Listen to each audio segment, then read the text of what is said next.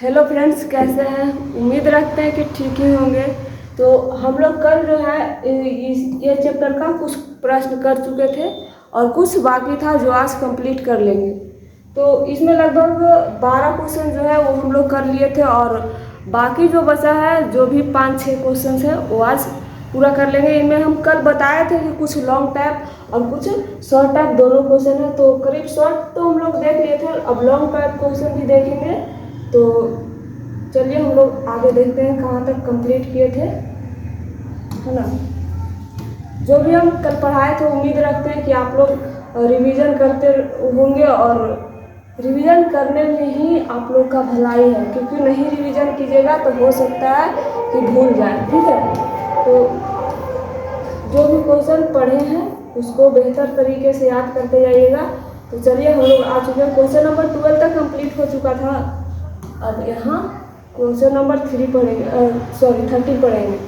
इसमें आर्थिक भूगोल के उपक्षेत्र क्या क्या है ना। आर्थिक भूगोल यहाँ जैसे आर्थिक लिखा हुआ है, हम कल भी बताए थे आप लोग को कि आर्थिक मतलब क्या होता है। आर्थिक मतलब रुपये पैसों से संबंधित, जहाँ अर्थ से संबंधित हो, है ना, इकोनॉमिक्स से संबंधित हो, उसे हम आर्थिक कहेंगे। तो जहाँ पर पैसों से संबंधित क्षेत्र के बारे में यहाँ पर क्या किया गया, क्वेश्चन पूछा गया। तो पहला पैसों से संबंधित क्षेत्र का क्या क्या उपक्षेत्र हो सकता है। पहला संसाधन भूगोल, दूसरा उद्योग भूगोल और कृषि भूगोल। इतना समझ लीजिए कि ये तीनों जो भी बताया गया है, जो भी तीनों संसाधन भूगोल हो या उद्योग भूगोल हो या फिर कृषि भूगोल हो, कहीं ना कहीं इन सारे भूगोल से हम लोगों को मतलब कि धन की प्राप्ति हो रही है, पैसों का जो है इनकम हो रहा है। अगर पैसा नहीं इसमें इनकम होगा तो इसे आर्थिक भूगोल के अंतर्गत नहीं रखा जाएगा। अब कैसे, जैसे उद्योग भूगोल को ही ले लीजिए। उद्योग हम लोग क्या करते हैं, कल कारखाना में जो भी लोग काम करते हैं, जिनका कल कारखाना होता है, वहाँ अपने से वस्तु को बनाते हैं, निर्माण करते हैं, वो प्रोडक्ट बनाते हैं, फिर उसे मार्केट में सेल करते हैं। इस प्रकार क्या होती है, हम लोगों को मतलब पैसों की प्राप्ति होती है। उसके बाद कृषि या संसाधन, जो कुछ भी कृषि से भी हम लोगों को पैसा मिलता है। अब जो लोग किसान हैं वो मतलब खेतों में काम करते हैं और जो भी खेत से उपज होती है उसे मार्केट में ले जाकर सेल करते हैं, तो उससे भी हम लोगों को क्या होता है, पैसे मिलते हैं। तो यहाँ तक हम लोग देख लिए। ये छोटा क्वेश्चन था, मतलब कि शॉर्ट टाइप था, तो ये तो करीब याद हो गया होगा, करीब एक बार में ही ये सब क्वेश्चन याद हो जाते हैं। हम लोग आगे देखेंगे क्वेश्चन नंबर 14। ध्यान दीजिएगा, यहाँ पर कह रहा है रेडिकल विचारधारा क्या है। विचारधारा कहने का मतलब होता है उसके जो विचार हैं वो किस प्रकार है, मतलब रेडिकल का जो विचार क्या है उसके बारे में क्वेश्चन पूछ रहा है। क्या अमूलवादी विचारधारा को रेडिकल विचारधारा कहते हैं, है ना। यानी कि कहने का मतलब ये हुआ कि जो अमूलवादी विचारधारा है उसी को रेडिकल विचारधारा भी कहा जाता है। यहाँ देखिए साफ लिखा हुआ है, ये अमूलवादी विचारधारा को ही रेडिकल विचारधारा कहते हैं। मतलब ये हुआ कि सेम नाम हुआ, दोनों नाम जो है अलग अलग है, लेकिन दोनों का मान एक ही होता है। इस विचारधारा के अंतर्गत निर्धनता के कारण बंधन, सामाजिक असमानता की व्याख्या होती है। ठीक है, निर्धनता का मतलब इतना समझ लीजिए कि जिसके पास धन नहीं है ना। धन रुपया पैसा से संबंधित होता है। धन मतलब जिसके पास पैसा नहीं है वो निर्धन है, गरीब है ना। क्या गरीबी और लाचारी, अब गरीबी किसे कह सकते हैं, लाचारी किसे कह सकते हैं, लोग ये सब बातें आप लोग बेहतर तरीके से समझ रहे होंगे कि गरीब व्यक्ति कितना मजबूर होता है। कह रहा है कि बंधन में सामाजिक असमानता हेतु, मतलब कि उसको, जो व्यक्ति गरीब होता है उसे समाज में या कहीं ना कहीं उसे असमानता की भावना महसूस होती है। आप लोग अपने स्तर से भी अपने गांव, समाज या शहर में देखते होंगे कि जो लोग गरीब होंगे उन्हें लोग अलग नज़रिए से देखते होंगे। जैसे आप कहीं जाते होंगे तो स्टेशन पर भी गरीब व्यक्ति को देखते होंगे, लोग उनके साथ बैठना खाना ये सब भी पसंद नहीं करते। तो यही सब विचारधारा जो है रेडिकल विचारधारा के अंतर्गत आता है। क्या लिखा है, मार्क्स के सिद्धांत का प्रयोग किया जाता है, मतलब इस विचारधारा को ही मार्क्स के सिद्धांत कहते हैं। देखिए क्वेश्चन जो है, या तो आपको रेडिकल विचारधारा क्या है ये पूछे तो आंसर ये होगा, या फिर वो देखे कि मार्क्स के सिद्धांत तो क्या है, तो उसमें भी आप रेडिकल विचारधारा क्या होता है इसका वर्णन कर सकते हैं। मतलब दोनों बातें का एक ही आंसर होगा। ठीक है, क्वेश्चन नंबर 14 देख लिए। अब 15 देखेंगे कि 15 क्या है।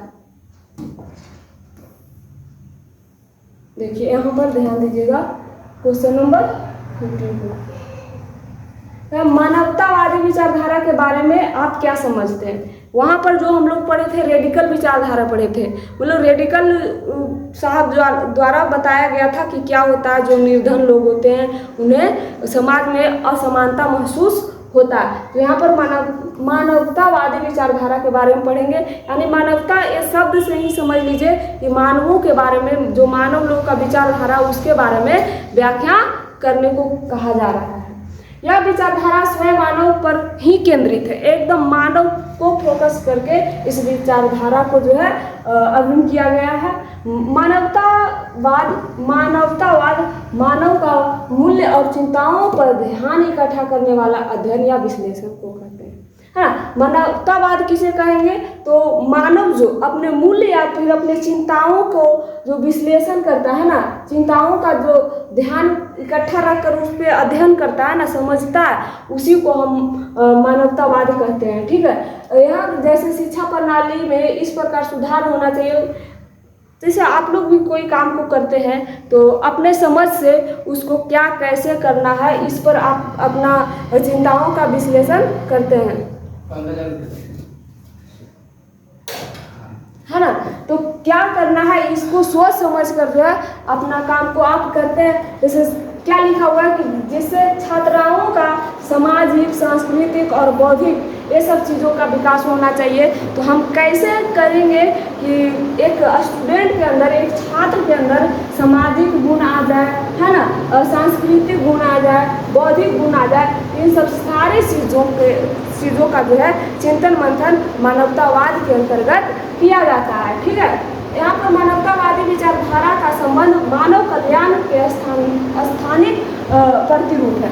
मानव कल्याण मतलब मानवों का कल्याण कैसे होगा, कैसे विकास होगा, कैसे करेंगे तो मतलब मानव का जो है एक सही विकास आगे बढ़ेगा, इन सभी बातों का जो है विश्लेषण मानवतावाद में मिलता है।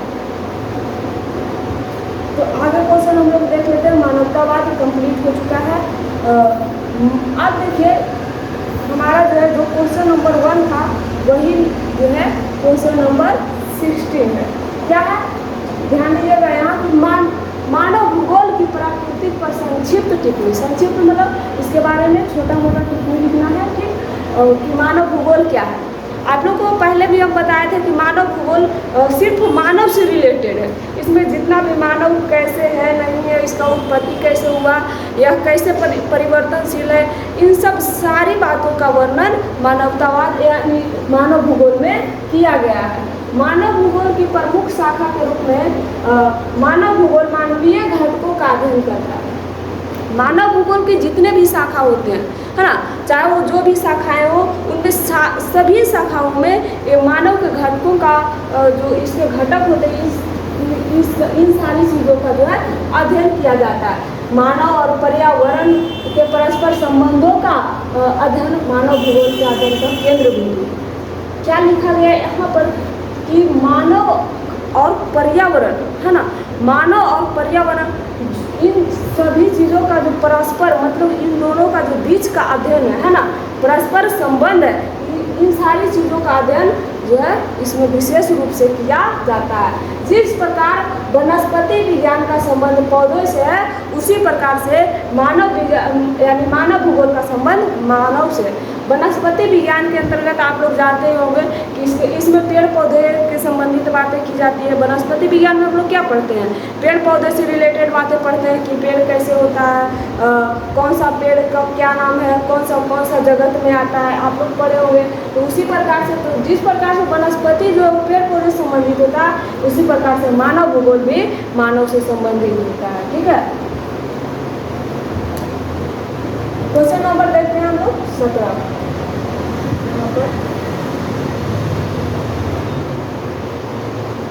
क्या कल्याणपरक विचारधारा क्या है। देखिए यहाँ पर क्या लिखा हो, कल्याण का मतलब होता है कल्याण करना, है ना। इनमें कल्याणपरक विचारधारा क्या होता है जिसके बारे में हम लोग पढ़ेंगे। इस विचारधारा में उत्पत्ति, इस विचारधारा की उत्पत्ति पूंजीवाद के कारण हुई है। इतना समझ आइए कि अगर पूंजीवाद नहीं रहता तो शायद ये विचारधारा नहीं होता।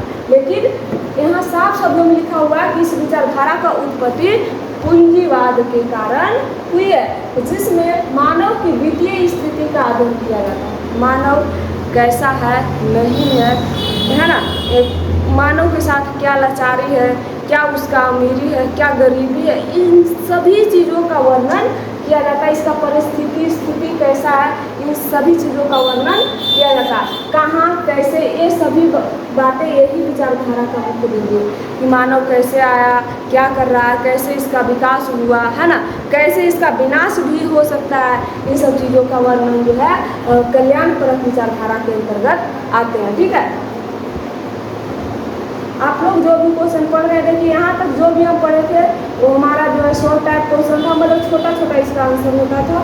और अब जो हम पढ़ेंगे आगे वो हमारा जो है थोड़ा लॉन्ग में हो जाएगा, यानी लंबा इसका जो है विश्लेषण पूरा डिटेल्स में होगा। तो यहाँ पर आप लोग धैर्य के साथ और बढ़िया तरीके से कोशिश कीजिएगा कि याद हो जाए, है ना।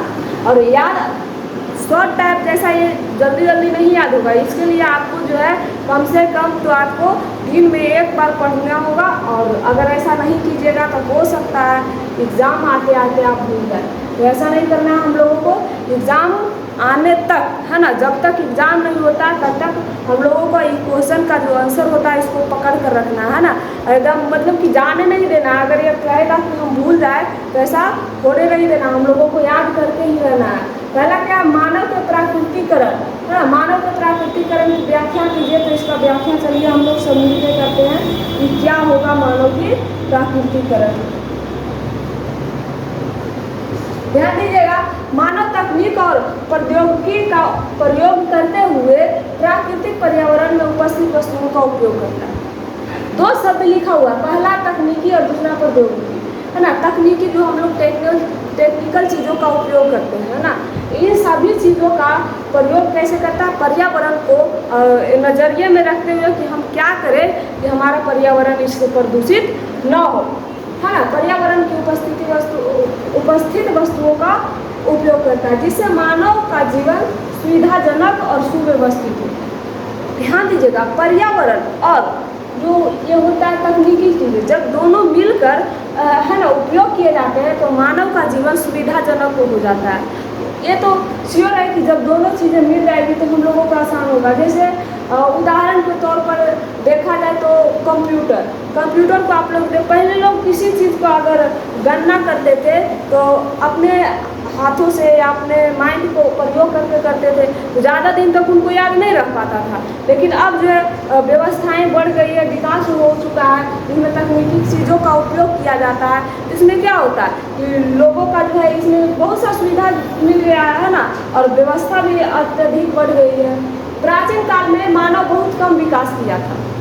आप लोग को पता होगा, आप लोग हिस्ट्री पढ़े होंगे तो आप लोगों को पता होगा कि प्राचीन काल के मनुष्य कैसे रहते थे, कैसे जीते थे और क्या खाते थे। ये तो आप लोगों को अच्छी तरह से पता होगा, है ना। तो वही बात यहाँ पर लिखा हुआ कि जो प्राचीन काल के मनुष्य थे वह मतलब उतना विकास नहीं किए थे, मतलब जैसे तैसे उनका रहना सहना एकदम किसी तरह से वो अपना जीवन यापन कर लेते थे। लेकिन अब के मनुष्य को देखिए, है ना, मतलब कि अब तो खान पान सब कुछ बदल चुका है। आपका तो कहना ही मतलब कितनों कह लेंगे कि इतना विकास हुआ तो वह भी कम ही रहेगा।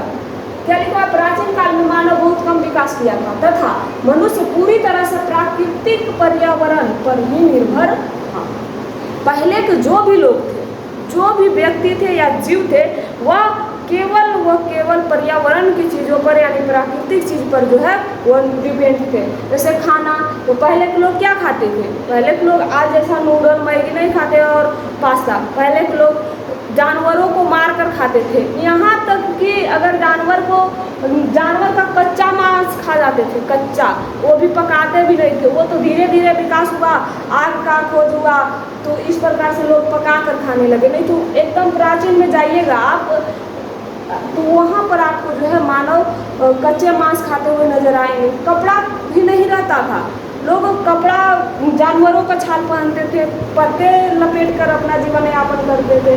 तो इस प्रकार के प्राचीन मानव। वही बात में यहाँ लिखा हुआ है कि जो भी पहले के जो भी मानव थे वह केवल पर्यावरण पर डिपेंड थे, पर्यावरण के सहायक अपना जीवन यापन करते थे। ठीक है, तकनीकी चीज़ों का थोड़ा सा भी विकास नहीं था, थोड़ा सा भी। लोग जानते भी नहीं थे कि कभी पहले लोग ऐसा सोचे भी नहीं थे कि हम लोग जो है डिजिटल बोर्ड पर पढ़ेंगे। क्या लोगों को क्या था, चौक से लिखना उसके बाद पढ़ना। फिर धीरे धीरे कैसे विकास हुआ कि डिजिटल आ गया, है ना। इसको ऊपर नीचे करते हैं तो ऊपर नीचे होता है, लेकिन ऐसा होता वो ब्लैक बोर्ड में आप लोग देखे होंगे तो ब्लैक बोर्ड में ऐसा होता है नहीं होता। तो ये सब सारी चीज़ें क्या विकास हुआ जिसकी वजह से हम लोगों को ये सब चीज़ें देखने को मिल रही है।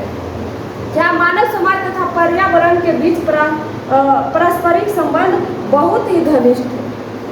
अब बताइए, जहाँ से आपको खाना पीना रहना हर कुछ मुफ्त में मिल रहा है, वहाँ से आपकी दोस्ती तो गहरी हो ही जाएगी। आप लोग स्कूल लाइफ में पढ़ते होंगे तो जो दोस्त आपको एक दिन खाने को दे देता होगा, आप पर डे उसी के पास बैठते होंगे कि हमको खाने को अच्छा चीज़ मिलेगा। उसी प्रकार से लोग भी समझिए कि उसी प्रकार से थे। अब देखिए ना, पर्यावरण से इनको खाने को मिल जाता था, फूल फल और जानवरों की मांस वगैरह। उसके बाद फिर पर्यावरण से इनको कपड़े वगैरह, कपड़े के तौर पर जैसे पत्ता, कपड़ा तो था नहीं तो पत्ता का यूज करते थे, या फिर जानवरों का खाल, तो वो सब भी था। और उनका रहन सहन घर में रहते नहीं थे, जंगलों में रहते थे, गुफाओं में, जो पहाड़ का जहाँ जहाँ पर गुफा रहता था, जहाँ रहने योग्य रहता था, है ना, जहाँ उन्हें कोई मतलब कि डर भय नहीं रहता था, वहाँ पर वह अपना रहन सहन करते थे। तो अगर ऐसा होगा तो वहाँ तो मित्रता हो ही जाएगी, है ना, घनिष्ठ संबंध हो ही जाएगा। समय के साथ साथ क्या हुआ, मानव का विकास होता गया, मानव प्रकृति के नियमों का बेहतर ढंग से समझ कर प्रौद्योगिकियों का विकास किया।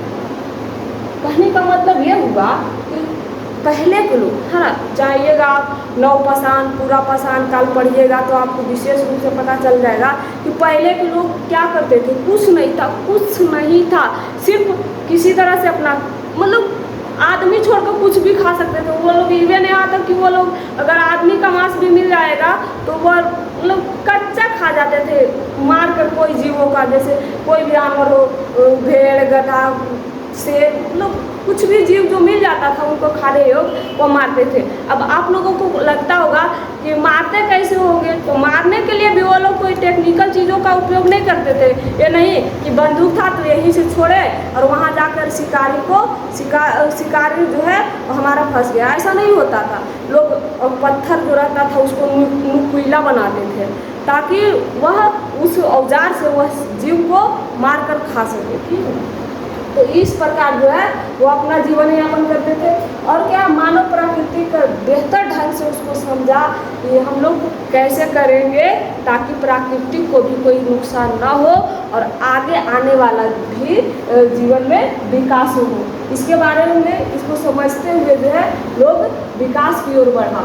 अब देखिएगा कैसे कैसे हमारा जो है वो आगे विकास हुआ, इसके बारे में पढ़ेंगे। क्या लिखा हुआ है, उस मानव पर्यावरण को समझकर प्रौद्योगिकी का विकास किया।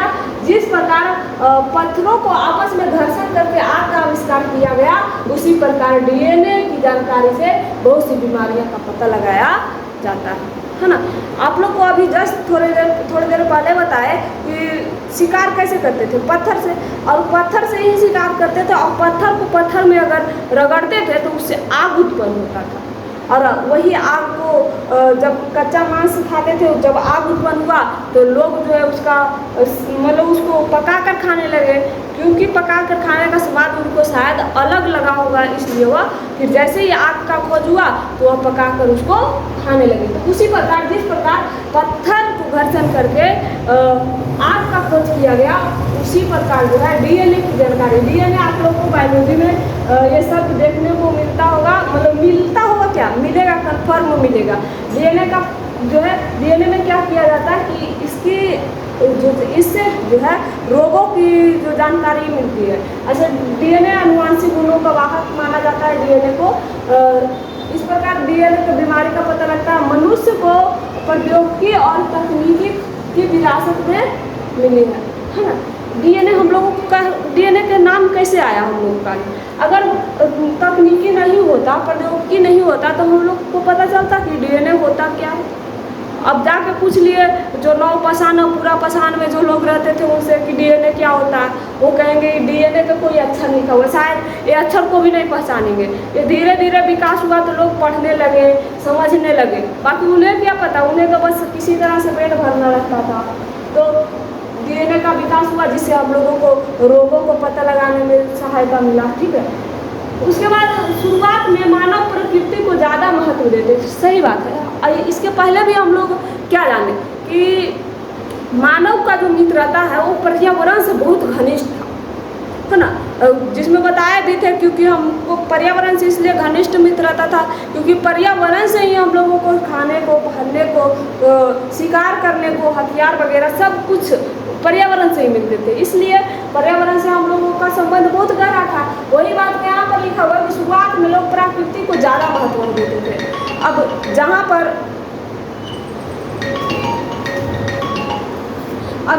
पर हम लोगों को जिस चीज़ से फायदा होगा हम उसका महत्व तो देंगे ही देंगे।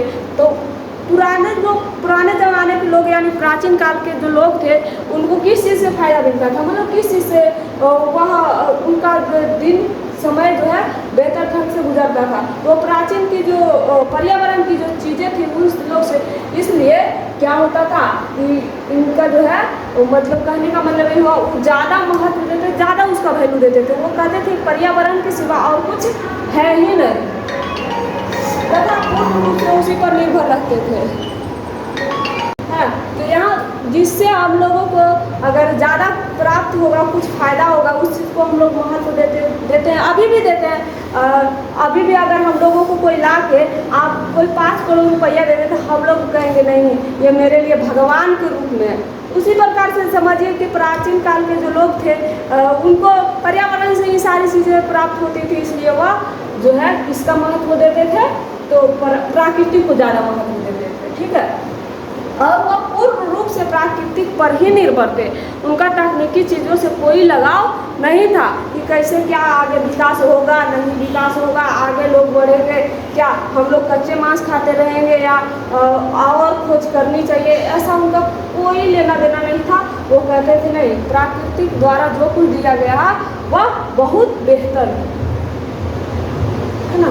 आगे बढ़ते और उसी की पूजा भी करते थे। आज भी उसी की पूजा हो रही है लेकिन दूसरे रूप में। आज भी लोग पत्थर की पूजा करते हैं। पत्थर क्या प्राकृतिक चीज़ें हैं, पत्थर को कोई लोग थोड़े ना बनाया है, लेकिन आज उसका जो है मूर्ति बना देता है, यानी उसको किसी न किसी देवताओं का रूप में। हिंदू धर्म में आप लोग जानते होंगे कि देवताओं का पूजा होता है ना। हिंदू धर्म में जो भी हिंदू धर्म से रिलेटेड बच्चे होंगे उन्हें तो अच्छी तरह से पता होगा हिंदू धर्म में क्या होता है। मंदिर में जाते होंगे तो क्या देखते होंगे, भगवान स्वयं तो नहीं खड़ा रहते, वहाँ भगवान के रूप लेकर पत्थरों का उसका मूर्ति बनाया जाता है और वही मूर्ति का पूजा किया जाता है। तो आज भी हो रहा है लेकिन दूसरे रूप में। और पहले के लोग भी यही काम करते थे, पहले के लोग भी प्रकृति की ही पूजा करते थे। ठीक है, प्रौद्योगिकी किसी समाज के सांस्कृतिक विकास का स्तर की सूचक होती है। मानव प्राचीन में प्रकृति के अनुसार ही अपने आप को बनाता ढाल लेते। मतलब कहने का मतलब ये हुआ कि जैसा प्रकृति चाहती थी प्राचीन काल के लोग अपने आप को वैसे ही ढाल लेते थे जैसे, क्योंकि अब के लोग नहीं ढाल पाते हैं। क्या कि अगर ठंडा का मौसम है तो लोग क्या ठंडा का मौसम जैसा अपना बॉडी को ढालते हैं, नहीं, क्योंकि उनके पास अलग अलग तरह के कपड़े, ठंडा दिन में गर्म कपड़े पहनने को मिलते हैं, स्वेटर वगैरह हो गया, जैकेट। तो इस प्रकार से वो क्या करते हैं, उसके जो तकनीकी के कारण, संसाधन के कारण, विकास होने के कारण उनको क्या सुविधा मिल जाती है। ठंडा लगता है तो वो लोग तुरंत जैकेट डाल लेते हैं, है ना। गर्मी लगती है तो तुरंत फैन चालू कर लेते हैं, एसी चालू कर लेते हैं। इस प्रकार क्या हम लोग प्रकृति के अनुसार ढलते हैं नहीं। लेकिन जो प्राचीन काल के लोग थे वो अगर ठंडा के दिन आया तो अपने आप को एकदम बॉडी को एकदम पूरा मस्त ज़बरदस्त बना लेते थे कि कुछ नहीं हो सकता। आप लोग देखे होंगे प्राचीन चीज़ों को देखिएगा, प्राचीन लोगों कई फोटो वगैरह में चाहे जितना ठंडा रहे वो कोई भी उनका तन पे कपड़ा नहीं रहता होगा। आग भले तापते होंगे, वो भी कब, जब आग का खोज कर दिया गया होगा तब, ऐसे नहीं। ठीक है, तो उसी प्रकार वो लोग क्या करते थे, जैसा प्रकृति चाहती थी वैसा वो अपने आप को ढाल लेते थे। इस प्रकार प्राकृतिक एक शक्तिशाली तथा संरक्षित था। प्राकृतिक भी, अब बताइए हम लोग क्या करते हैं, हम लोग प्राकृतिक को अपने सुविधा के अनुसार प्राकृतिक द्वारा दी गई चीज़ों को ख़त्म कर रहे हैं। जैसे पेड़ों को काटना, अगर हम लोगों को फर्नीचर का काम रहता है तो पेड़ों को काट लेते हैं। ऐसा नहीं कि पेड़, जैसे देखिए अगर हम एक पेड़ काट रहे हैं और 5 पेड़ लगा रहे हैं तो वहाँ पर हमें कोई प्रॉब्लम नहीं होगी। लेकिन अब के लोग क्या करते हैं, प्राकृतिक पर कोई भी जो है विचार विमर्श नहीं करते हैं, सीधा उसको समाप्त कर देते हैं बिना कुछ सोचे समझे। लेकिन पहले के लोग ऐसे नहीं थे, ऑलरेडी एकदम प्राकृतिक पर निर्भर थे, जो भी है वो प्राकृतिक ही है, यानी प्राकृतिक ही एकदम शक्तिशाली चीज़ों के अंतर्गत आता था। मतलब सबसे शक्तिशाली कोई था वो था प्राकृतिक। क्या सतत पोषणीय के लिए मानव प्रत्यक्ष रूप से प्राकृतिक पर निर्भर था। मतलब कुछ भी कहिए, कुछ भी सुनिए, सभी चीज़ों में जो है प्राकृतिक आता था। ठीक,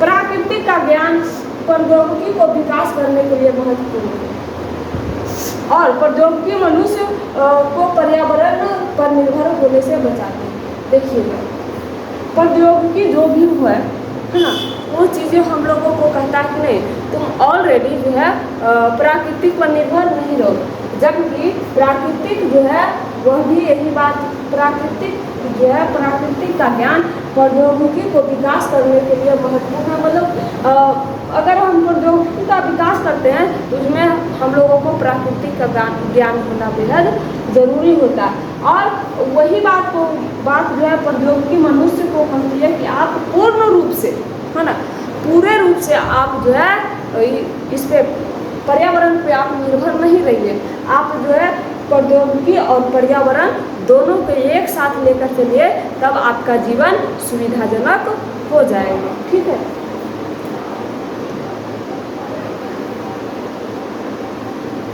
और पढ़िए यहाँ से क्या लिखा है, प्राकृतिक पर्यावरण से अन्योन्य क्रिया की प्रारंभिक व्यवस्था में मानव इससे अधिक प्रभावित हुआ। पर्यावरण से, प्राकृतिक पर्यावरण से जो अन्योन्य की क्रिया प्रारंभ हुई, इससे क्या हुआ, मानव इससे बहुत अधिक प्रभावित हुआ और अतः मानव का प्राकृतिक एक अत्यंत जटिल प्रक्रिया रहा है। यानी कि अब जो है मानव के लिए प्राकृतिक की चीज़ों पर पूर्ण रूप से प्राकृतिक पर डिपेंड रहना एक जटिल समस्या के रूप में हो चुका है। अब के लोग कोई भी ऐसा है कि जो एकदम प्राकृतिक पर भी डिपेंड रहे, नहीं, ऐसा नहीं। अब के लोग जो भी है सब डिजिटल ज़माने के लोग हो गए हैं। अब तो प्राकृतिक पर बहुत कम, मुश्किल से अगर देखा जाए तो 25% लोग जो है आज भी प्राकृतिक को उतना ही वैल्यू देते हैं जितना प्राचीन काल में दिया जाता था।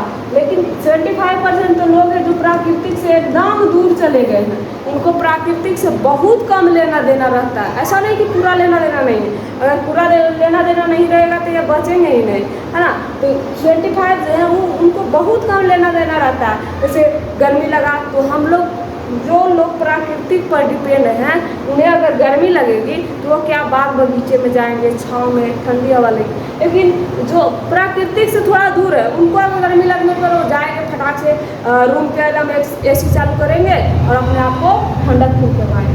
तो इस प्रकार से जो है आज के लोगों के लिए प्राकृतिक पर डिपेंड रहना एक जटिल समस्या का रूप है। ये था हमारा क्वेश्चन नंबर 1। इतना बड़ा सिर्फ क्वेश्चन नंबर 1 था दीर्घोत्तरीय में। ठीक, अब क्वेश्चन नंबर 2 करते हैं। क्या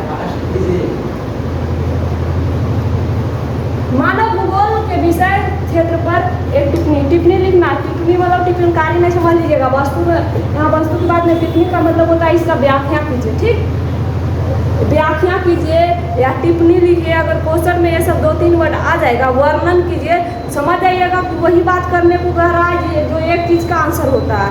ऐसा नहीं कि यहाँ पर क्वेश्चन में लिखा है मानव भूगोल के विषय क्षेत्र पर एक टिप्पणी लिखिए, यहाँ पर लिखा हुआ एग्जाम में आ जाए मानव भूगोल के विषय क्षेत्र पर जो है व्याख्या कीजिए, तो आप कहिएगा व्याख्या तो पढ़ाया गया ही नहीं है।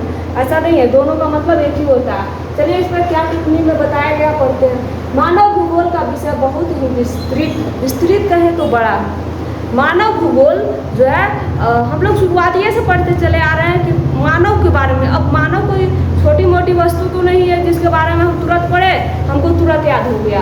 तो ये जो है एक विशाल समझिए कि विस्तृत रूप है, बहुत बड़ा रूप है। क्या? मानव भूगोल, जिसमें मानव का भौतिक परिवेश भी सम्मिलित है।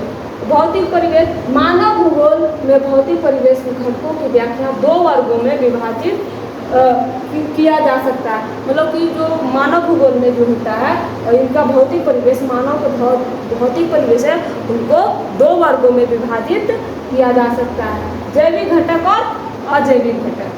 अब देखिए क्या लिखा हुआ, अक्षांश तथा देशांतर के किसी क्षेत्र अथवा स्थान की सामान्य जलवायु और वनस्पति के बारे में पूर्ण जानकारी मिलती है। मतलब कि मानव भूगोल में जो मानव कैसे है, इसके अनुसार इसका जलवायु कैसे होना चाहिए, इसका अक्षांश और देशांतर जो होता है, इन सब चीज़ों का वो जो वर्णन किया जाता है, इसी के बारे में जो है विस्तार से बताया गया है। क्या लिखा हुआ है कि वनस्पति के बारे में पूर्ण जानकारी मिलती है। जलवायु और वनस्पति के बारे में पूर्ण जानकारी मिलती है। जलवायु भौतिक परिवेश का सर्वाधिक महत्वपूर्ण घटक है। आप लोग से ऐसे भी 1 लाइनर क्वेश्चन में पूछा जा सकता है कि बताइए भौतिक परिवेश का सर्वाधिक महत्वपूर्ण घटक क्या है, तो जलवायु होगा। क्या होगा? जलवायु। और जलवायु जो है सबसे महत्वपूर्ण घटक रहने के साथ मानव पर जलवायु का प्रत्यक्ष प्रभाव सबसे अधिक पड़ता है। जलवायु का मतलब आप लोग समझ, मतलब मौसम का दूसरा रूप होता है जलवायु। मौसम जो है थोड़े समय के लिए रहता है और जलवायु थोड़ा लॉन्ग टाइम के लिए रहता है। ठीक, जैसे जलवायु अगर ठंडी की जलवायु, शीत जलवायु है, उसमें हम लोगों को क्या होता है, ठंड महसूस होता है। तो इसमें जो है सीधा प्रभाव मानव पर पड़ता है जलवायु का। और जलवायु मनुष्य के खान पान, रहन सहन, ये सब चीज़ों पर भी डिपेंड। अब देखिए गर्मी का मौसम है तो गर्मी के मौसम में उसका खान पान क्या हो सकता है, उसका गर्मी के दिन में उसका रहन सहन कैसा हो सकता है, ये सब सारी चीज़ों का क्या होता है, तो इस पे जलवायु पर डिपेंड रहता है। उद्योग व्यापार जैसी क्रियाओं का प्रत्यक्ष प्रभाव डालती है। इसका जो है खान पान, इसका रहन सहन, ये सब उद्योग और व्यापार जैसी क्रियाओं पर भी प्रत्यक्ष रूप से प्रभाव डालती है। जैसे अब देखिए जो एरिया में मान लिया जाए 1 साल मतलब 1 ईयर पूरा ठंडा ही ठंडा रहे, अब तो उस एरिया में आप फील कीजिएगा, उस एरिया में आपको जैकेट वगैरह ठंडी के दिनों में पहनने वाली वस्तु ज़्यादा बिकने को मिलेगी। ये सब व्यापार में इसका प्रभाव हो रहा है या नहीं हो रहा है। तो उसी प्रकार से वही बात को बोला गया कि जलवायु पर जो है इसका उद्योग और इसका व्यापार भी प्रत्यक्ष प्रभाव डालती है। वनस्पति जीवन का आधार है। वनस्पति क्या होता है? जीवन का आधार है। आधार का मतलब बेस होता है, समझ नहीं रहे होंगे कि आधार क्या होता है, किसी पर डिपेंड रहना। मानव प्राकृतिक वनस्पति के कुछ प्रकारों की खेती के माध्यम से नियोजित करता है। वनस्पति में जैसे वनस्पति में पेड़ पौधे के बारे में, पेड़ पौधे में क्या होता है, खेती वगैरह होता है ना, खेती का नियोजित करता है। मानव को भोजन, गृह निर्माण सामग्री जैसे मूलभूत वस्तुओं को प्रत्यक्ष रूप से वनस्पति से संबंधित। जैसे हम लोग भोजन करते हैं तो वह उपजाए या नहीं, अब जो किसान वही फसल को उगाता है, तो ज़रूरी तो नहीं है कि जो फसल को उगाता है वही खाता है। जो भी हम लोग अगर अनाज खा रहे हैं वो भले हम लोग यहाँ मतलब कि हम लोग के पास आए कोई पैकेट में या कोई वस्तु में पैक हो गए, लेकिन वह कहाँ से उपजता है, तो खेतों से उपजता है। अब खेतों से उपजता है वो पेड़ पौधों से उगता है। जो भी चीज़ें हम खाते हैं, मानव का जो भोजन करते हैं, वो गृह भी है जो कहाँ से संबंधित है, घर का निर्माण भी पेड़ के ही सहायता से होते हैं, है ना। जहाँ पर पेड़ रहते हैं, जहाँ पर पेड़ पौधे का निर्माण में ही हेल्प, मतलब अगर घर का निर्माण है तो वहाँ पर पेड़ पौधे का भी मदद मतलब कि जरूरी होता है। मूलभूत वस्तुओं का प्रत्यक्ष रूप से वनस्पति से संबंधित है। जो भी हमारे लिए मूलभूत वस्तुएं होती है, रोटी, कपड़ा और मकान, इन सब सारी चीज़ों में जो है वनस्पति का सबसे महत्वपूर्ण योगदान रहता है। ठीक है, और आगे क्या लिखा हुआ है कि मानव पशुओं को पालतू बनाते हैं। सही बात है, पहले के लोग भी, प्राचीन काल के भी जो मानव थे वो पशुओं को क्या करते थे, पालतू बनाते थे। अब के लोग भी मानव, अब के जो भी मानव हैं वो भी पशुओं को पालतू बनाते हैं, लेकिन थोड़ा सा चेंज हो गया। ये हुआ कि पहले के लोग अगर कुत्ता पालते थे, डॉग, है ना, तो वह पूरा मजबूत और दबंग होता था। आज का डॉग भी दबंग होता है, लेकिन वह जो है रक्षा करने में उतना मजबूत नहीं हो पाता है। अब देखे होंगे किसी के घर में जो पालतू जानवर रखते होंगे, उनका थोड़ा सा ढांचा अलग रहता होगा पहले के अपेक्षा, ठीक है। तो पहले के लोग क्या करते थे, पशुओं को पालतू बनाते थे, उनसे दूध, मांस, चमड़े आदि प्राप्ति करते थे। ऐसे गाय को ही ले लीजिए, गाय को लोग क्यों पालते हैं? अगर जिस दिन गाय दूध देना छोड़ दे, क्या लगता है आप लोगों को कोई भी गाय को पालेगा? कोई भी एक सिंगल पर्सन नहीं पालेगा, क्योंकि हम लोग मतलब मनुष्य इतना स्वार्थी होता है ना कि अगर उसे जिससे फायदा नहीं होता वह उसे भूलने में थोड़ा सा तनिक भी देर नहीं करता। तो जिस चीज़ से हम लोगों को कुछ ना कुछ प्राप्ति होती है, उसी लोगों से हम लोग भी लगाव रखते हैं, नहीं तो लगाव का तो कोई मतलब ही नहीं रह सकता। अब कोई मनुष्य तो ऐसा भी होता है कि जिससे आप उसकी मदद किए भी तो फिर भी वो आपसे लगाव नहीं रखेगा, मतलब उसको स्वार्थी कर सकते हैं। लेकिन यहाँ पर ऐसा नहीं है। यहाँ पर जो भी लोग पहले पालतू थे, मतलब कि पालतू पशुओं को पालते थे, तो उनसे क्या क्या चीज़ की प्राप्ति करते थे? तो दूध की प्राप्ति करते थे, मांस की प्राप्ति करते थे और चमड़े।